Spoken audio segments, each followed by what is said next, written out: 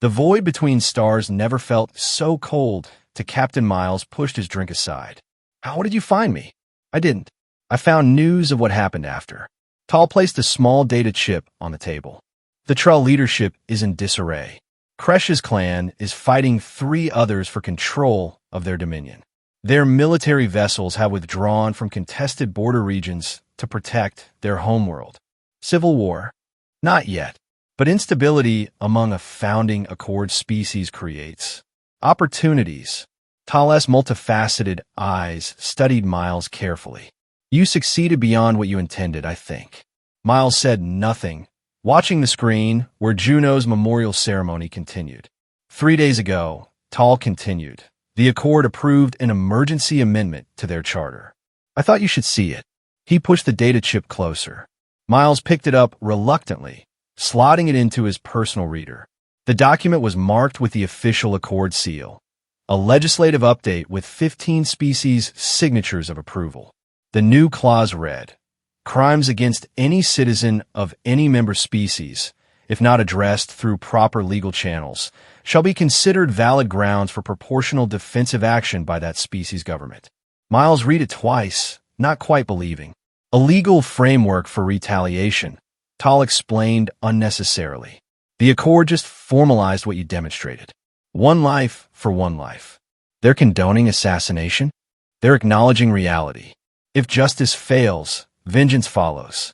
Better to channel it through formal structures than let it erupt unpredictably. Katal's skin rippled. My people view it as remarkably pragmatic for such a bureaucratic institution. Miles set down the reader. And the Trell agreed to this? The Trell had little choice. After Kresh, they discovered something unpleasant: fear. Fear that humans might target other warlords. Fear that other species might adopt human methods. Tal made it sound like water over stones, a Callian laugh. They are finding accountability uncomfortable. On the screen, Ambassador Rao had finished her speech. The camera panned across the assembled dignitaries, and Miles noticed something he hadn't seen before. The way other species representatives maintained careful distance from the Trell delegation. The way human diplomats were addressed with new deference.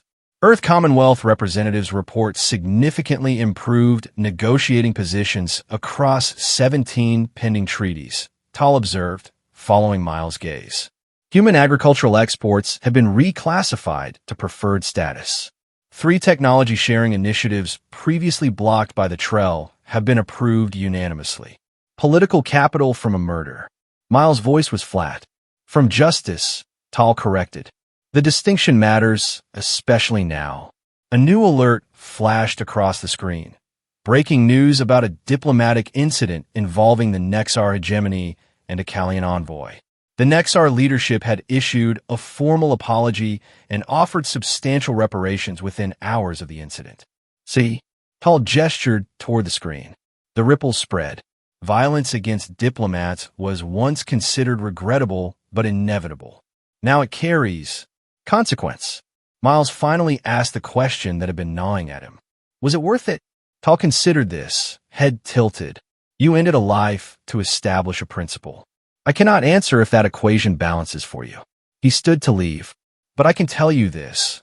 In the diplomatic lounges of 17 worlds, they now whisper that humans value their people enough to kill for them. And that alone has prevented 3 potential conflicts in the past month. The Callian placed something else on the table. A small package wrapped in iridescent cloth. Juno Reeves' personal effects, Tal said quietly. Finally released by the Trell. Ambassador Rao asked me to deliver them to her family, since my business takes me near Earth. I thought you might want to see one item first. Miles unwrapped the package carefully. Inside was a small book, actual paper, a rarity in this age. The cover read, "Selected Poetry of Earth and Stars." A bookmark protruded from one page. Miles opened it and found a handwritten note in the margin. To send home. Diplomatic mission is challenging but rewarding. The Trell are difficult, but I believe we can establish understanding. Captain Kalen's advice about patience in negotiations was invaluable. We'll write more after the summit. Love to you both. G. A letter never sent. A hope never realized. Miles closed the book, something tight and painful in his chest. You cannot bring her back, Tal said gently. But perhaps you have given her death meaning. After the Callian left, Miles sat alone in the dimly lit habitat common room. The news continued reporting on diplomatic developments, trade agreements, security arrangements, the business of a galaxy adjusting to a new understanding. He thought about Juno Reeve, who had believed in a better future, and Warlord Kresh, who had casually destroyed that belief. He thought about Ambassador Rao, navigating the aftermath with diplomatic skill, and his team, scattered but alive. He thought about the new Accord Amendment that formalized a truth as old as sentience itself. Actions have consequences. One life for one life. A mathematician's justice that had somehow, against all odds, made the galaxy a little safer for the diplomats who followed. Miles Kalin, once a soldier, once a security officer, now a ghost, finally raised his glass in a silent toast. Not to victory, there was none here. Not to peace, it remained as fragile as ever. But to consequence, to the principle that even in the cold void between stars, even among different species with different values, some things could not be done without answer. One human life was not cheap. Never again. 6 months after what historians would later call the diplomatic realignment, a small transport vessel docked at Earth's orbital station. Among its passengers was a nondescript man who presented credentials identifying him as a mining consultant returning from the outer colonies. Captain Miles Kalin, under his new identity, walked the streets of Boston on a rainy spring morning. His destination was a modest apartment building in the University District. He hesitated only briefly before pressing the notification panel. The door opened to reveal an elderly couple, a tall man with Juno's same determined chin, and a silver-haired woman with her eyes. James and Elaine Reeve, according to the intelligence Santos had provided. Yes, James Reeve asked, not recognizing the stranger at his door. Miles handed him a small package wrapped in iridescent cloth. I was asked to deliver this to you. Elaine Reeve took the package, fingers trembling slightly as she recognized the wrapping. These are Juno's things. Yes, ma'am. Her personal effects from This. You're from the diplomatic service? James asked, studying Miles more carefully. No, sir. Just someone who knew your daughter briefly. Someone who admired her principles. Understanding dawned slowly in their eyes. Not recognition of his face, which had only appeared briefly in that broadcast months ago, but recognition of what he represented. Would you like to come in? Elaine asked quietly. We have tea. Miles hesitated, then nodded. For a few minutes. Thank you. Inside their home, Juno's presence was everywhere. Photos showing her graduation from Diplomatic Academy, artifact from her first off-world assignments, books marked with her familiar handwriting. A life cut short, but deeply lived. They sat in a small kitchen while Elaine prepared tea. No one spoke until the cups were poured and the formalities observed. The news says the galactic situation has stabilized, James finally said. New protocols for diplomatic protection. New consequences for violence against envoys. Yes, sir. That's what I hear too. They're calling it the Juno Protocols in the Diplomatic Corps, Elaine added.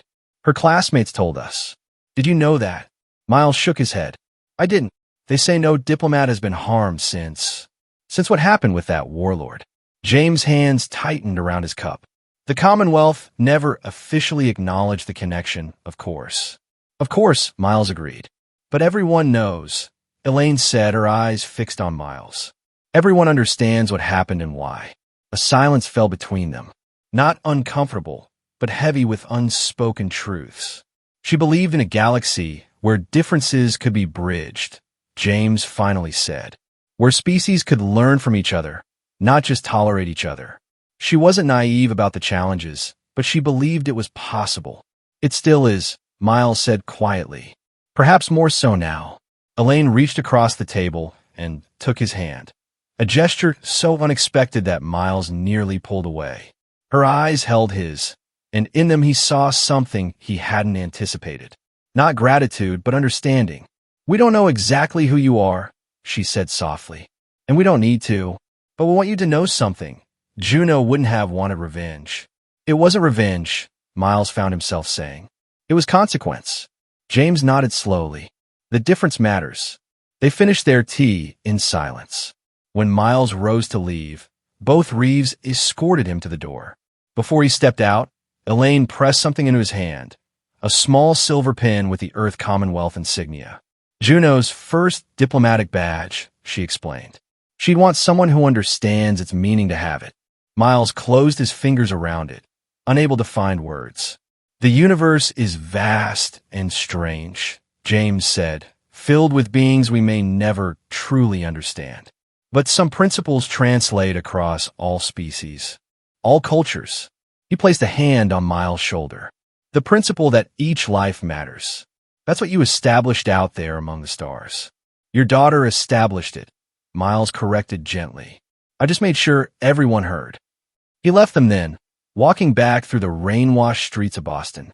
The silver pin weighed almost nothing in his pocket, yet he felt its presence with every step. Not a burden, but a reminder of Juno Reeve, who had died believing in a better galaxy, of Warlord Kresh, who had died establishing that such beliefs could not be casually destroyed, of the thin line between justice and vengeance, consequence and revenge. Miles knew he would never return to Earth, never resume his former life. The price of what he'd done was eternal exile from his home, from his career, from the person he had once been. A different kind of death. Yet as he looked up at the gray sky, where beyond the clouds lay the stars and all the civilizations circling them, he felt a curious sense of peace. Somewhere out there, human diplomats walked alien worlds without fear. Negotiations proceeded with new understanding. Different species recognized that despite their differences, they shared at least one common value: the sanctity of life and the certainty of consequence when that sanctity was violated. One life for one life. A mathematician's justice. It was enough that Eels Kalen as it did when they brought Juno Reeves' body home. Even through the vacuum-sealed transport chamber, he could see the expression frozen on her face, surprise, more than fear. She hadn't expected to die. No human diplomat sent to a peace conference ever did. Miles watched the honor guard load her into the Earth Commonwealth vessel. His jaw clenched so tight that he tasted blood. 26 years old. First assignment off-planet. The diplomatic corps had highlighted her as one of their brightest.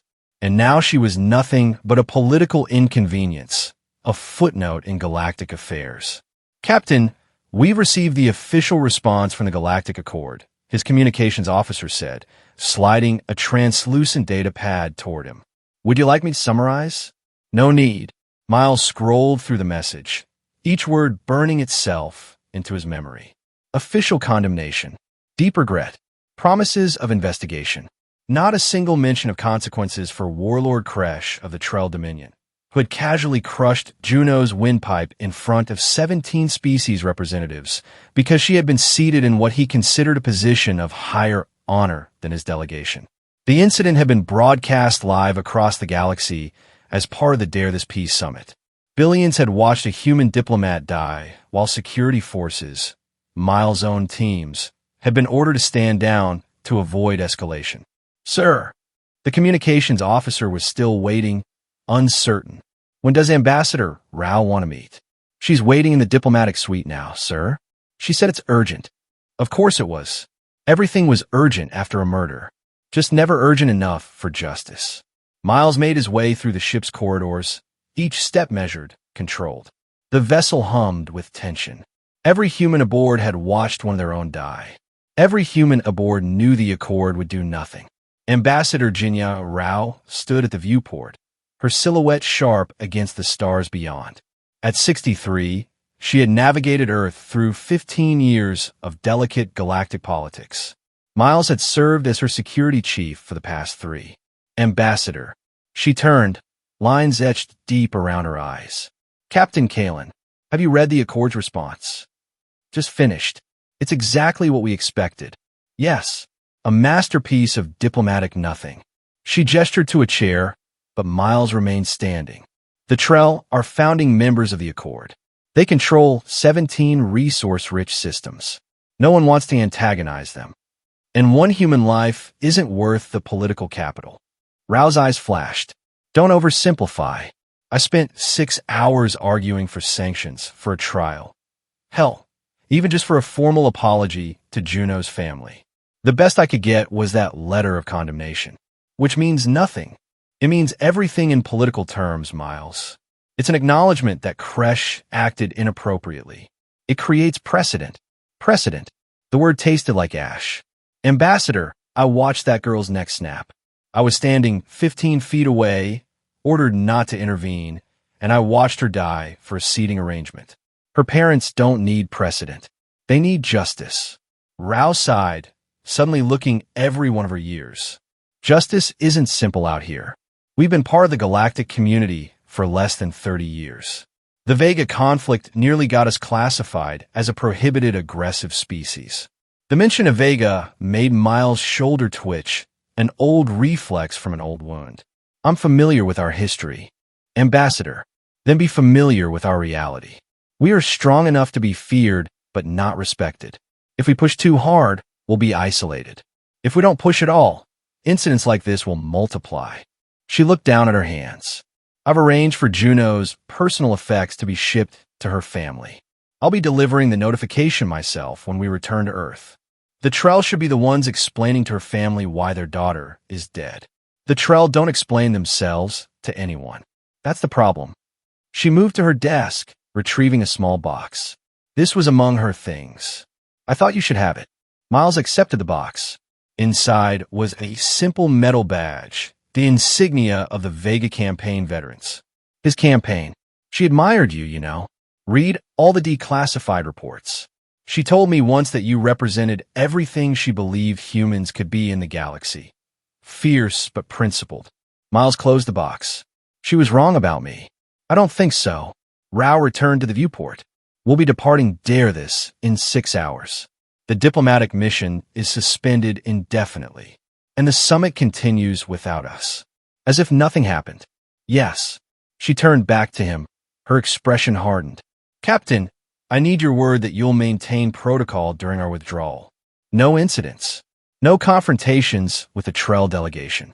The situation is volatile enough. Miles felt something cold settle in his stomach. Something he recognized from Vega, from the days before they'd pulled him from field operations for being excessively committed to tactical resolutions. You'll have no incidents from my security team, Ambassador. You have my word. She studied him for a long moment, then nodded. Thank you, Captain. Dismissed. The corridor seemed longer on the way back to his quarters. Memories of Vega flickered at the edges of his consciousness. The burn of atmosphere entry, the weight of combat armor, the faces of his squad. The faces of those they'd killed, too. He'd spent 7 years rebuilding himself after that, becoming the steady, reliable officer that Ambassador Rao trusted. 7 years to erase what he'd been, what he still was underneath it all. His quarters were Spartan, military neat. A single photo on the wall, his old special operations team from Vega. 6 humans and 1 Kalian, a pale blue-skinned humanoid named Tal who had served as their xenobiology expert. 3 of the humans were dead now. Tal had returned to his home world after the conflict, sickened by what they'd all done in the name of deterrence. Miles sat at his desk and opened his secure communications channel. He hesitated only briefly before entering 4 encryption codes, each to a different recipient. The message was simple. Juno Reeve. Remember the name. Dare this summit. Meet at Helios Point in 72 hours. Vega Protocol. Then he opened the small box Ambassador Rao had given him. The Vega badge gleamed dully in the cabin light. He turned it over, surprised to find an inscription on the back in neat, precise letters. For Captain Kalen. Proof that principles matter, even among the stars. Juno Reeve. She'd never even given it to him. Never had the chance.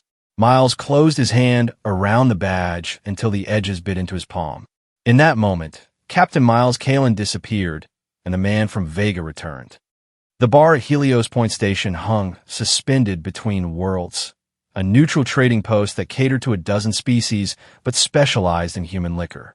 perfect for meetings that needed to happen off the record. Miles sat at a corner table, nursing a glass of amber liquid he hadn't touched. 3 days of waiting had sharpened his focus to a dangerous edge. He'd officially taken leave from the diplomatic service, citing trauma from the day of this incident. Ambassador Rao had given him a concerned look, but approved it without question. The first to arrive was Commander Sarah Levitt, former demolition specialist. She slid into the seat across from him without a word, her dark eyes assessing him carefully. "You look like hell, Kalen." "Good to see you too, Levitt. Been watching the feeds." "That diplomat, the girl who was killed. You knew her?" "Not well enough." Miles pushed a second glass toward her. She believed in a galaxy where humans would be respected, not just tolerated. Naive. Levitt took a sip. "But I liked her statement at the Agricultural Summit last year. About Earth not compromising its ecological standards to match other worlds. Had backbone." The next two arrived together. Major Marcus Devereux, once the finest sharpshooter in Earth's special forces, and technical specialist Eliana Santos, their former intelligence officer. Both had left military service after Vega. Devereux now ran security for mining operations in the belt. Santos worked as a systems consultant, a euphemism for high-end corporate espionage. "This about dare this?" Devereux asked without preamble, his voice a low rumble. Miles nodded once.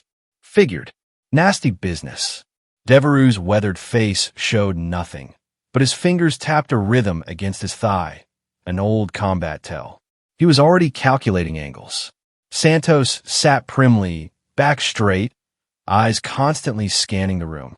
"The Trell warlord hasn't issued any statement beyond claiming it was a cultural misunderstanding. Their delegation has already returned to their homeworld. Kresh." Miles spoke the name like a curse. "The warlord's name is Kresh." "I know." Santos placed a small device on the table. It pulsed once, creating a privacy field around them. "I also know his compound's layout, security rotations, and the fact that he's scheduled to attend a ceremonial hunt on his estate in 6 days." The others stared at her. She shrugged. "I anticipated your call. Made some inquiries." "We haven't decided we're doing anything yet," Levitt pointed out. "Haven't we?" Devereux raised an eyebrow. Miles didn't call a Vega protocol for a therapy session. Miles looked at each of them in turn. These people had once been his family, his whole world.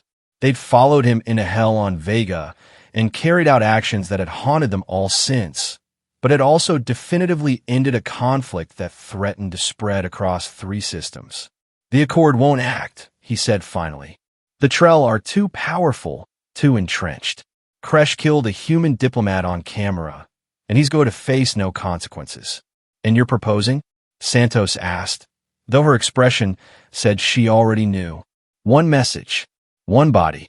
Miles echoed the directive that had guided their final mission on Vega.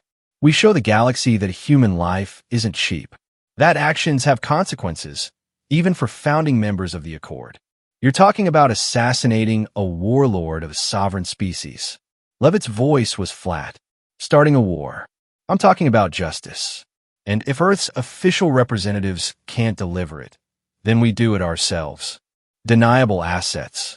Devereux nodded slowly. "Like Vega, except this time, no one's sending us." Miles leaned forward. "This is our choice, our responsibility. I'm not ordering any of you. I am asking." A tense silence fell over the table. Santos broke it first. Juno Reeve's parents received no apology, no compensation, not even her personal effects yet. The Trell claimed they needed to be culturally decontaminated before return. Her voice was clinical, but her eyes burned. The Accord issued a statement promising further dialogue on interspecies protocol at diplomatic functions. "In other words, nothing," Devereux concluded. "Worse than nothing," Levitt corrected.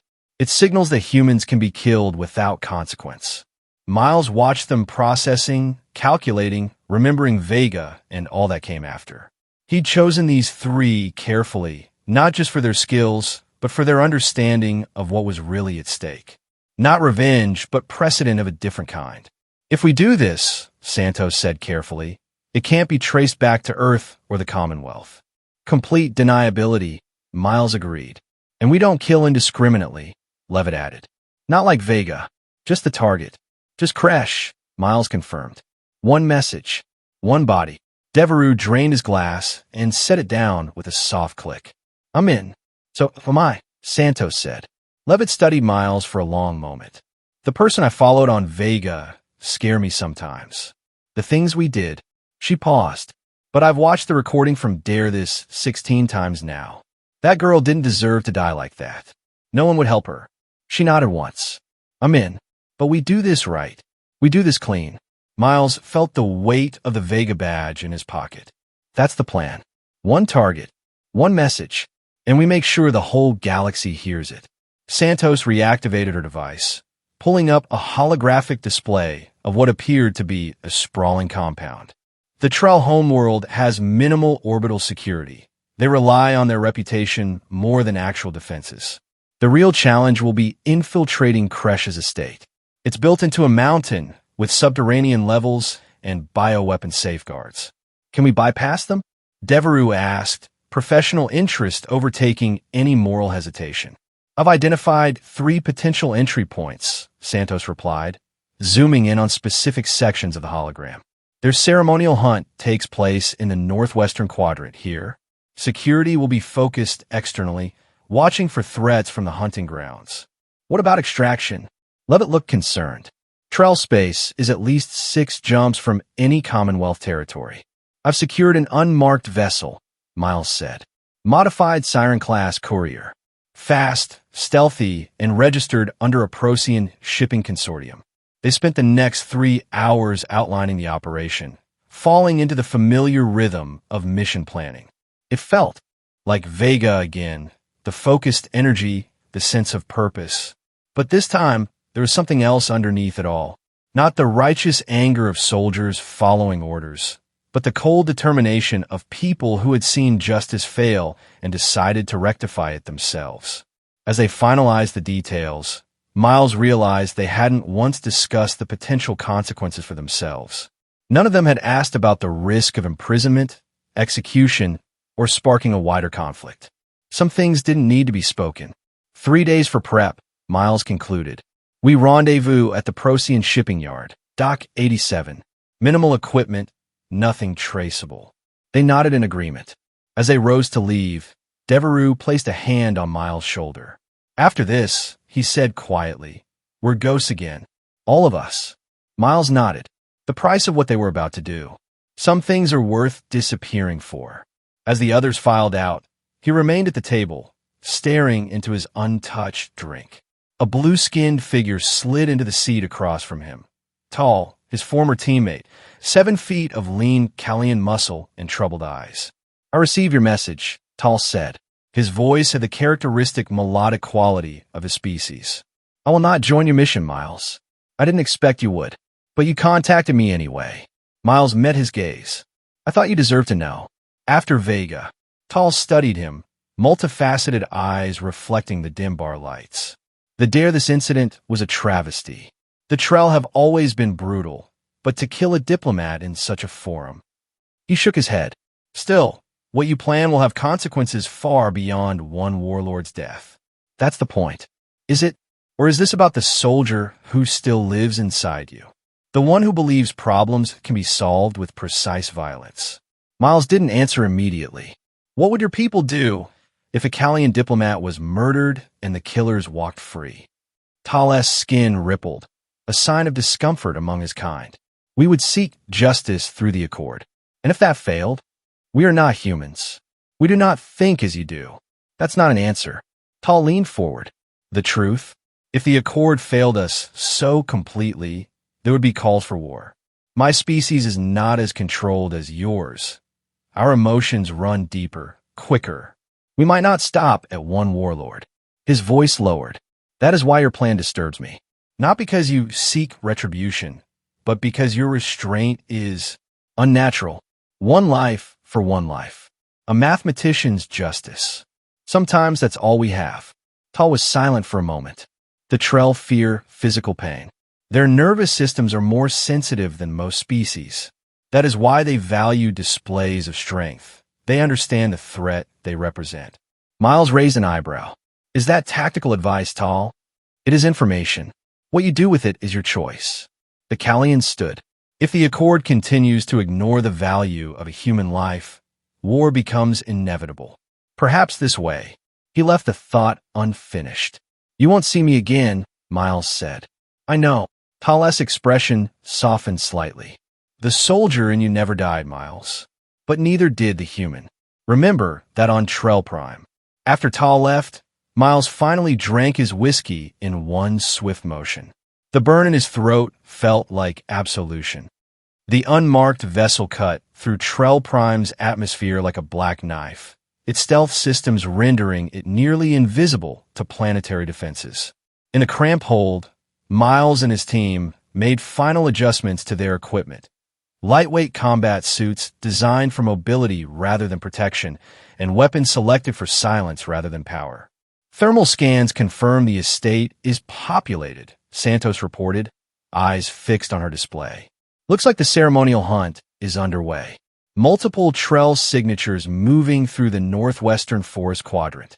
Crash, Devereaux asked, checking the site on his precision rifle. Central compound. Stationary. Santos projected a three-dimensional layout. He oversees the hunt, but doesn't participate. Cultural status marker. Levitt secured the last of the shaped charges to her utility belt. Entry point. Maintenance shaft here. Santos highlighted a section of the mountain. Minimal security, designed for atmospheric regulation. We'll need to move fast once we breach. The system will detect the environmental change. Miles activated his combat mask, a sleek black shield that covered his features completely. The others did the same. No identities. No distinguishing features. Just purpose. Comms check, he ordered. 3 acknowledgments came through his earpiece, clear and precise. Remember the plan. We move as a unit. No casualties except the target. No heroics. In and out in 15 minutes. The ship settled into a ravine 2 kilometers from the estate's perimeter. As they disembarked, the sun of Trell Prime was setting, casting long purple shadows across the rocky landscape.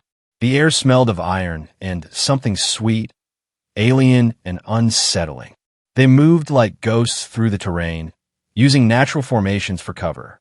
Trell guards patrolled the outer perimeter, but their attention was focused on the hunting grounds, where the sounds of celebration occasionally echoed. Santos led them to a narrow crevice in the mountainside, barely visible unless you knew exactly where to look. The maintenance shaft beyond was tight, requiring them to move single file through the darkness. Security scan, Santos whispered, producing a small device that projected a field of blue light. 2 internal sensors. Deactivating now. The infiltration was textbook. 7 minutes from landing to entering the compound proper. No alarms. No confrontation.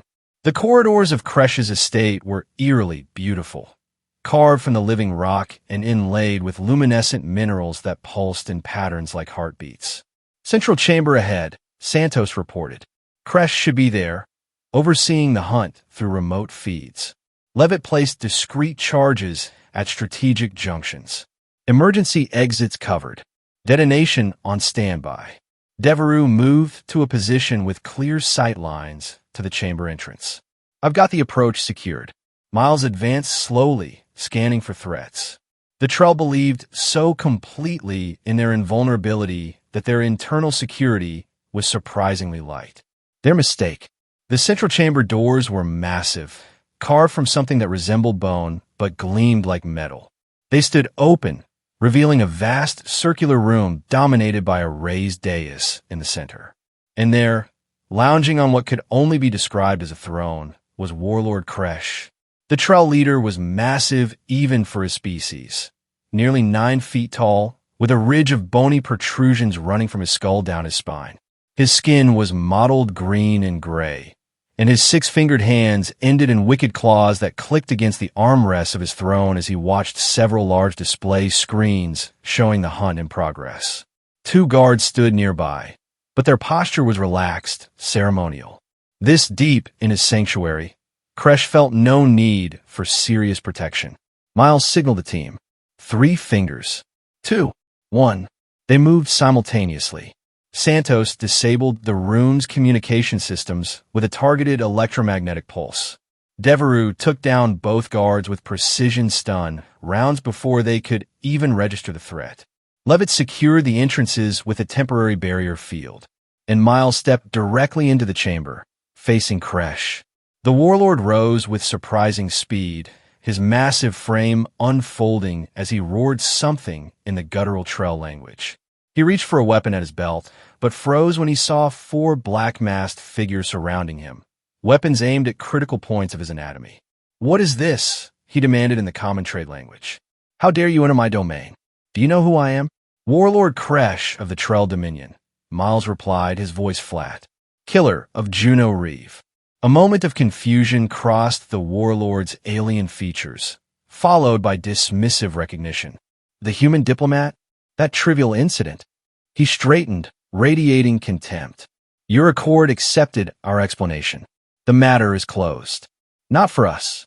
For the first time, uncertainty flickered in Kresh's yellow eyes. "Who are you?" "You are no insignia, no marks of Earth Commonwealth." "We're no one," Miles said. "Just like Juno Reeve was no one to you." Understanding dawned on the warlord's face, followed by something close to amusement. "Assassins? Earth sends assassins against a sovereign leader? This is an act of war. Earth didn't send us. Earth doesn't know we exist." Miles stepped closer. "This isn't politics, warlord. This is consequence." Kresh's posture shifted subtly, preparing to attack or call for help. Devereux adjusted his aim in response, the silent message clear. "You cannot think to escape Trell Prime alive," the warlord growled. "We don't need to," Levitt said from her position by the door. "Only you need to die." Santos approached with something in her hands, a folded uniform. The same diplomatic dress grays that Juno had been wearing when she died. "Put it on," Miles ordered. Kresh's face contorted with rage. "I will never." Devereux fired a single round that grazed the warlord's shoulder, drawing a bright line of orange blood. Kresh howled, a sound of shock more than pain. "The Callians say your species feels pain more acutely than most," Miles said conversationally. "Put on the uniform." Something in his tone must have penetrated the warlord's arrogance. With trembling claws, Kresh took the uniform, his movements stiff with fury and growing fear. "The Accord will hunt you for this," he snarled as he awkwardly pulled the human garment over his massive frame. "Every species will condemn. The same Accord that did nothing when you murdered a diplomat on camera." Miles cut him off. "That Accord." When Kresh had finished, the sight was almost absurd. The massive Trell squeezed into human diplomatic dress grays, the fabric straining against his alien physiology. But the symbolism was unmistakable. "Broadcast ready," Santos announced, activating a small hovering camera drone. Tapped into the same feed that carried the Dare This summit. It will go live to the entire galaxy. Kresh's eyes widened. "Wait. Kneel," Miles commanded. "I will not kneel before." Devereux fired again, this time hitting the warlord's leg. Kresh collapsed with a shriek of pain. Miles stepped forward, removing his mask. Face exposed, identity revealed. A deliberate choice. "Look into the camera, warlord. The galaxy is watching." The drone's light blinked on, indicating a live broadcast. "My name is Captain Miles Kalen of Earth. 3 days ago, this Trell warlord murdered Juno Reeve, a human diplomat, during the Dare This Peace Summit. The Galactic Accord chose to issue a statement rather than seek justice. Today, we deliver that justice ourselves." Kresh tried to speak, but Miles pressed the barrel of his weapon against the warlord's throat, exactly where he had crushed Juno's windpipe. "Remember this moment, all who are watching. Remember what happens when justice is denied." The shot was clean, precise. Kresh's body crumpled to the floor, orange blood seeping into the gray fabric of Juno's uniform. Miles knelt beside the corpse and used his finger, dipped in the warlord's blood, to write across the chest of the uniform. "One human life is not cheap. Never again." He stood, facing the camera directly. This was not an act of war. This was an act of justice. One life for one life. Nothing more. Then he replaced his mask, signaled to his team, and they withdrew as methodically as they had entered. Behind them, they left one body and one message for the galaxy to contemplate. Ambassador Jinya Rao watched the broadcast along with billions of others across 17,000 worlds. In her private quarters aboard the Earth Commonwealth flagship, she sat perfectly still, a glass of untouched wine before her, as Captain Miles Kalin executed a Trell warlord on live galactic feed. She didn't flinch when her communication system chimed with priority alerts from Earth Command, from the Accord representatives, from a dozen ambassadors of various species. She simply continued watching as the feed cut out, leaving the image of a dead warlord with a blood-written message frozen on screens across the galaxy. Her first thought, strangely, was not of war or diplomatic catastrophe, but of Juno Reeves' parents. What they must be feeling watching this. The door to her quarters slid open without announcement, a breach of protocol that indicated the severity of the moment. Her chief of staff, Nelson Bow, entered looking ashen. "Ambassador, I've seen it," she said quietly. "Earth Command is demanding an emergency conference. The Accord representatives are calling for immediate sanctions against the Commonwealth. The Trell are in chaos." "Chaos?" Rao raised an eyebrow. "Not threats of war." Bow looked confused. "That's the strange thing. Their communication has been fractured. Some calling for military response, others for isolation. Nothing cohesive yet." He hesitated. It's as if they've never considered that someone would dare strike at them directly. "Zao no det, Slough."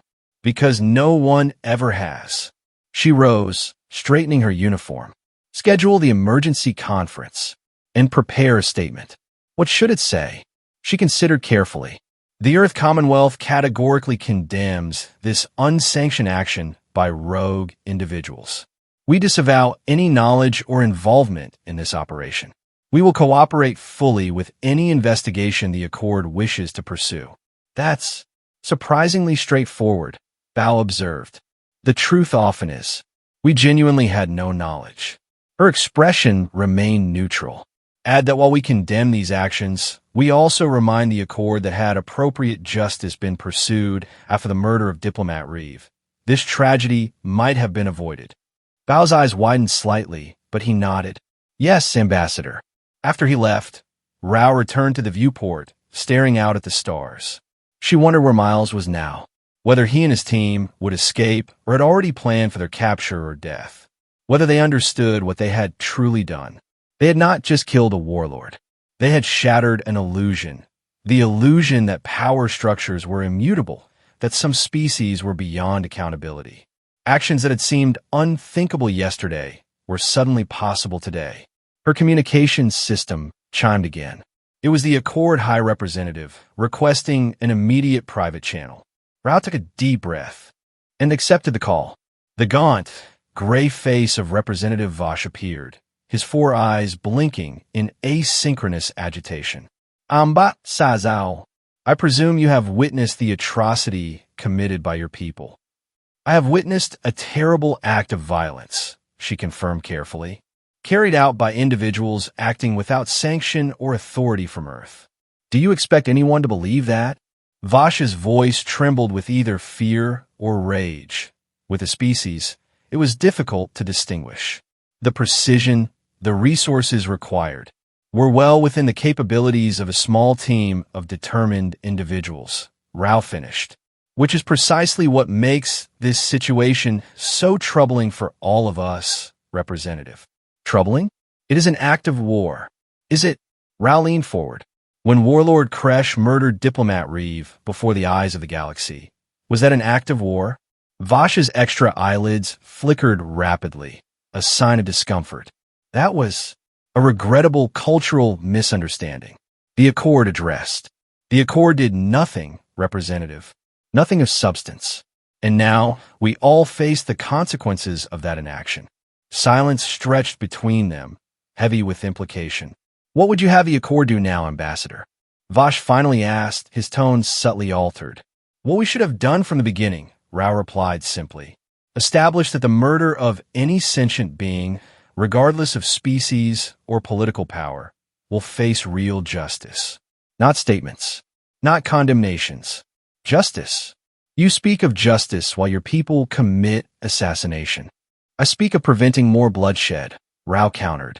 If the Accord cannot provide justice, individuals will seek it themselves. Today, it was a small team targeting one warlord. Tomorrow, she left the thought unfinished. Vash was silent for a long moment. The emergency session begins in 6 hours. I suggest you prepare your Commonwealth for significant sanctions, at minimum. The communication ended. Rao remained at the viewport, watching distant stars. She had no illusions about what was coming.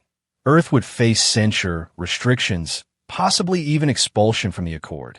But underneath the diplomatic furor, a new calculation was being made across the galaxy. Humans would kill for their own. Precisely, deliberately, inescapably. Not in blind rage or military might, but with cold, focused intent. One message, one body, a mathematician's justice, as someone once called it. And no power in the galaxy, it seemed, was beyond their reach. The news feeds called it the Trell Incident. Political analysts debated it endlessly. Military strategists revised their assessments of human capabilities and determination. Cultural experts produced lengthy treatises on human concepts of justice versus those of other species. 3 standard months later, the galaxy had not erupted into war as many had predicted. Instead, something far more interesting had occurred, a fundamental shift in interspecies relations.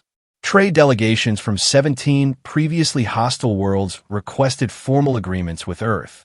Security protocols for human diplomats were enhanced across all Accord facilities. Trell representatives, once commanding and dismissive, now spoke in measured, careful tones during council sessions. Miles watched it all unfold from an anonymous habitat on the edge of charted space, a small mining operation that asked no questions about new arrivals. His team had scattered to separate corners of the galaxy immediately after the operation. No contact, no trails, no ways to connect them. Only Santos occasionally sent encrypted data bursts with news from central systems. He didn't know what he had expected to feel after killing Kresh. Satisfaction? Relief?